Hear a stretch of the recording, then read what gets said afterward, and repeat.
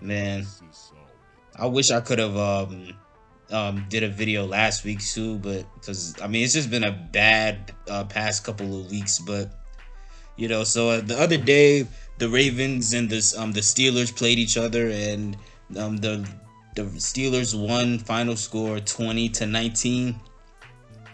It was just a really tough game to watch. Like for Ravens, if you're a Ravens fan, I guess I should say it was a tough game to watch. The Steelers, I imagine their fan base was probably like super excited. Like I don't even know like where exactly to start, man. But well, as far as like the first drive of the game, I mean they got off to a good start, and then like Lamar just made a really bad decision in the red zone. Like the pressure was on him, and he should have thrown it out of bounds in my opinion. But it's hard to say that because again, last week in a similar situation, he did the same thing and it was right on point and it worked out. So, but I just that was just a bad throw or a bad decision, one or the other. But it just didn't go well there. But um, another thing that caught my eye in that game was a lot. There was a lot of drops from Mark Andrews. And I feel like when people talk about players on the Ravens dropping passes, I don't think people talk about Mark Andrews dropping passes enough, even though he does drop a lot of passes.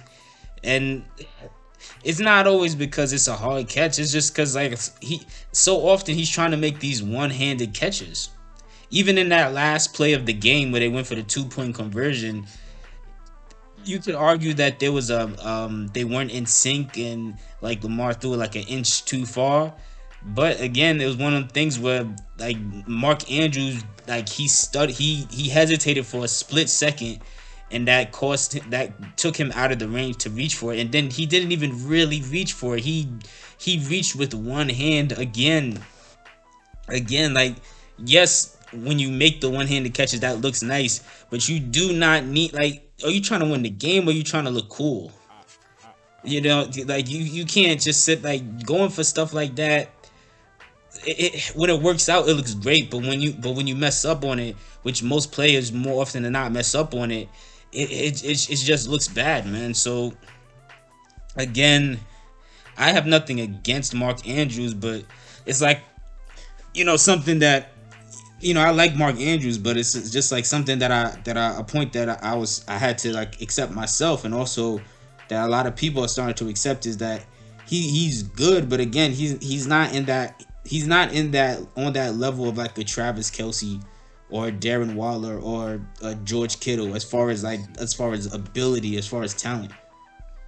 It's just it is it is what it is, man. Lamar got sacked 7 times. Some of those sacks were Lamar's fault. Like he should have like tried to throw it away instead of like trying to like run for it and make a play happen. But still, 7 sacks. This is another game where this offensive line got dominated. Again, another game where this offensive line got dominated. Lamar Jackson is now officially the most sacked quarterback in the NFL. He has been sacked 37 times in 11 games. Mind you, in the game a few weeks ago he didn't play against the Bears, Tyler Huntley got sacked 6 times. This offensive line has given up 43 sacks. They're on pace to give up 60. And you got people out here you got these delusional individuals trying to convince people that this is a top 10. Or you are not in any conversation for being a top 10, 15, 20 O-line in the league. This is a bottom 5 O-line in the league, dog. When you're giving up the most sacks in the NFL, there's no conversation about you being a good O-line. You guys suck. Like it is what it is. Every week, you got Alejandro Villanueva getting beat by somebody. And then also there was a lot of penalties in this game. I think there was about somewhere around like 8. And as far as the defense as a whole got 1 sack. It was a Calais Campbell sack. I don't know if that really should have counted as a sack, because I'm trying to remember off the top of my head. I could have sworn there was a play where Ben had tried to rush, and it looked like he almost got a beyond the line of scrimmage, but Calais got to him. Either way, it wasn't a sack for a loss, even if you want to count it. But obviously it does count. But yeah, this defense got no pressure on the Steelers, and their offensive line is arguably just as bad as ours. But one big difference, of course, is the fact that with their offensive line, again, the Steelers have enough sense to create plays that can allow Ben to get the ball out quickly. You have John Harbaugh at halftime saying Lamar has to get the ball out quicker. You don't have plays that are putting him in a position to where he could get the ball out quicker on a consistent basis. So, like, what is exactly going to happen here? Again, this defense, gave up a bunch of big plays like they do every week, like they've been doing every week. And you have people still trying to say this is a top 5 defense. No, you got to throw that out the window. They suck. They suck. Even I, early in the season, had to just acknowledge, no, I was wrong when I said I had those high expectations. I was wrong. It did not work out like that. They're playing terrible. Marlon Humphrey, he hurt he tore his pectoral muscle. He has to get surgery. He's out for the rest of the season. And even though he's a good corner overall, with how he's playing this season, unfortunately, it sucks to say this, but I don't know if they're gonna miss him all that much, because he was having a bad season too. They were constantly giving up big plays. You give up 40-yard passes to Chase Claypool. You're giving up these big wide open touchdowns to Deontay Johnson. Deontay Johnson had 105 yards and 2 touchdowns by himself. Like, they still are giving up big plays constantly. And you have people saying, the defense did a good job. They gave up 20 points. 20 points is a lot of points to give up. That's not a number you can brag about, especially against the offense that is not good. They have a bad O-line and an aging quarterback. They have some good receivers and a good young running back, but at the end of the day, this is not overall not a good offense, and you still allowed them to light you up. And 20 points is not shutting them down. That's not shutting them down. They didn't blow you out of the water, but you didn't shut them down when you gave them 20 points. Like, come on, they scored 17 points in the fourth quarter. So even if you want to argue that, they did a good job as far as points, this is just like we've been saying every other game of this season whenever they hold a certain team to, like 20 points or less. It's like, it's not even always about the points, but how the points come about. You gave up 17 straight points in the fourth quarter. They scored on back-to-back drives to end the game. And you're bragging about that? This defense is terrible. This defense is terrible. Like I said, we're 12 weeks in. We're 12 games in now.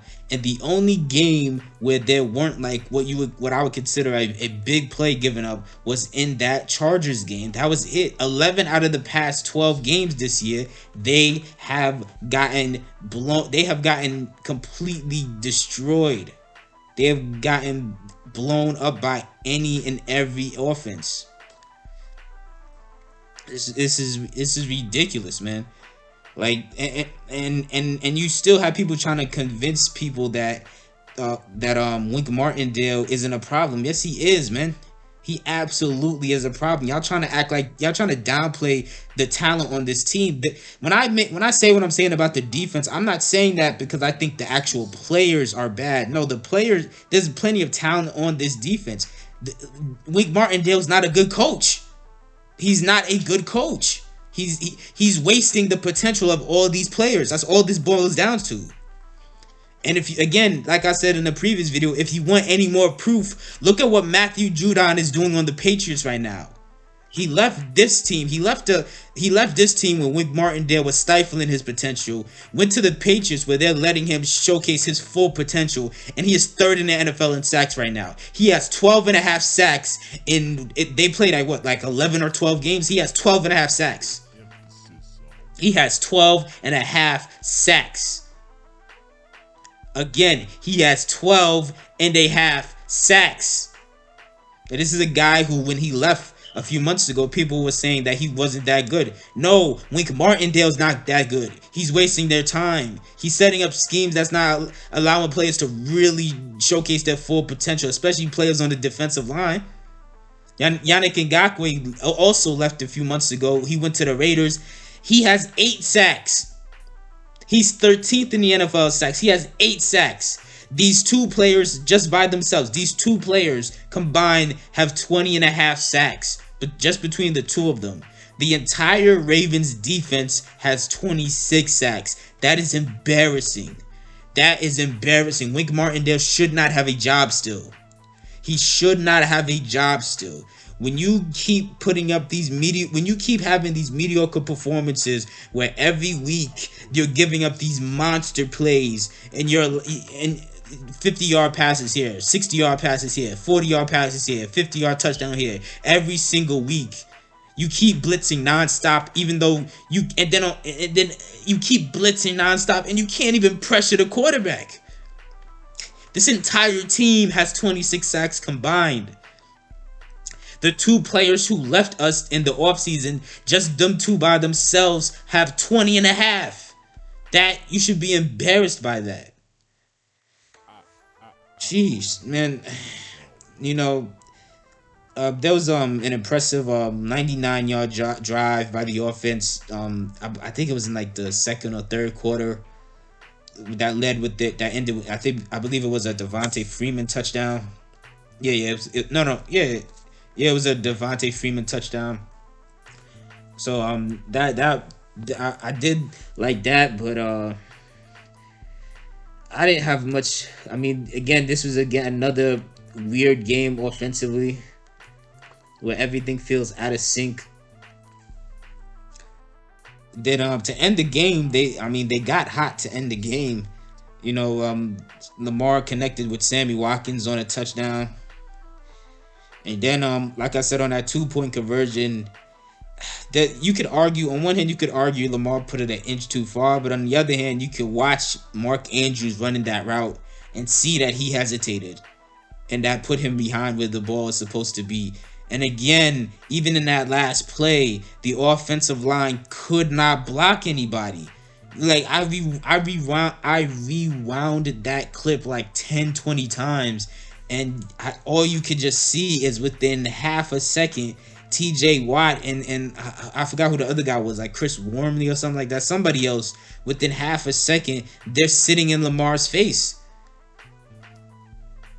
So again, it was, as far as the decision to go for it, I can't blame John Harbaugh for going for it, but I don't think it was a good decision. I wouldn't have done it. I wouldn't have done it. I wouldn't have done it at all. I wouldn't have done it at all.